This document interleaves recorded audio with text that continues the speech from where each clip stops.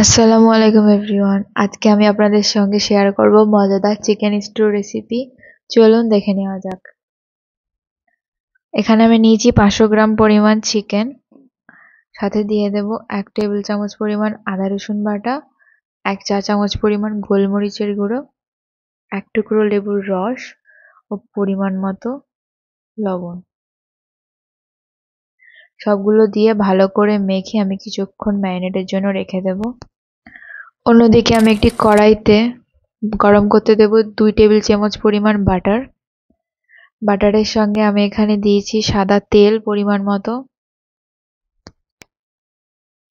তেলটা গরম হয়ে আসলে আমি এখানে কিছু গরম মশলা দেব। তেজপাতা, লবঙ্গ, গোলমরিচ, দারচিনি, এলাচ।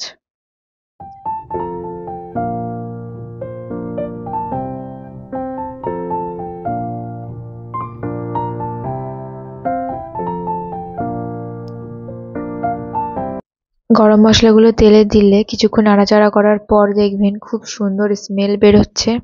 তখনই বুঝবেন আপনাদের গরম মশলাটা একদম ফোড়ন দেওয়া হয়ে গেছে।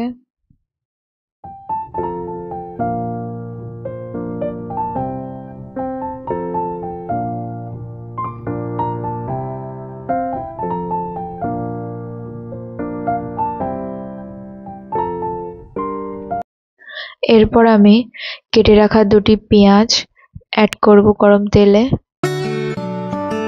পেঁয়াজগুলো দিয়ে খুব ভালো করে কষাতে হবে কিছুক্ষণ। এরপর যখন দেখবেন পেঁয়াজের রং হালকা পিঙ্ক কালার হয়ে এসছে, তখন বুঝবেন পেঁয়াজটা হয়ে গেছে। এরপর আমি দিয়ে দেব কিছু রসুন কুচি। এরপর খুব ভালো করে নাড়াচাড়া করতে হবে। রসুনের কাঁচা গন্ধটা চলে গেলে আমরা এখানে ম্যারিনেট করে রাখা মাংসগুলো দিয়ে দেব।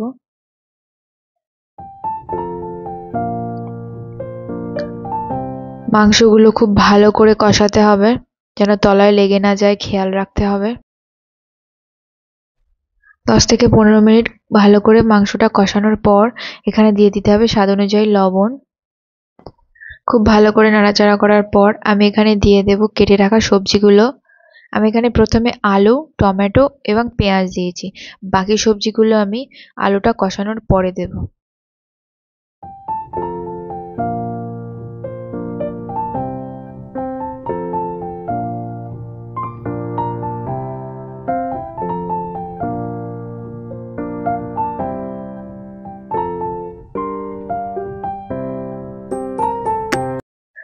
এরপর আমি দিয়ে দেব 1 চিমটে পরিমাণ হলুদ। হলুদটা দিয়ে খুব ভালো করে নাড়াচাড়া করে নিতে হবে। দেখতেই পাচ্ছেন আমার আলুটা কষানো হয়ে গেছে। এরপর আমি দিয়ে দেব কেটে রাখা বাদবাকি সবজিগুলো। এখানে আমি নিয়েছি গাজর, বিনস, পেঁপে, কাঁচা লঙ্কা ও ধনেপাতা কুচি।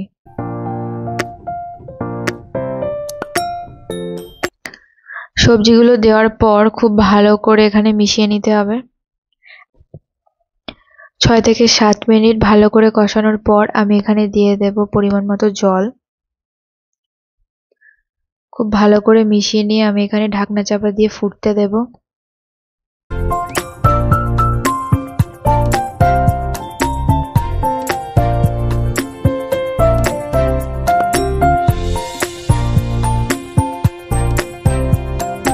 অন্যদিকে আমি একটি বাটিতে 1 টেবিল চামচ পরিমাণ নিয়ে নেব কর্নফ্লাওয়ার। পরিমাণ মতো জল দিয়ে আমি এটাকে খুব ভালো করে মিশিয়ে নেব।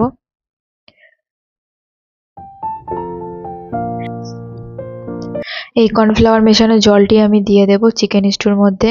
এর ফলে আমাদের স্টুতে একটা থকথকে ভাব চলে আসবে। খুব ভালো করে মিশিয়ে নিতে হবে।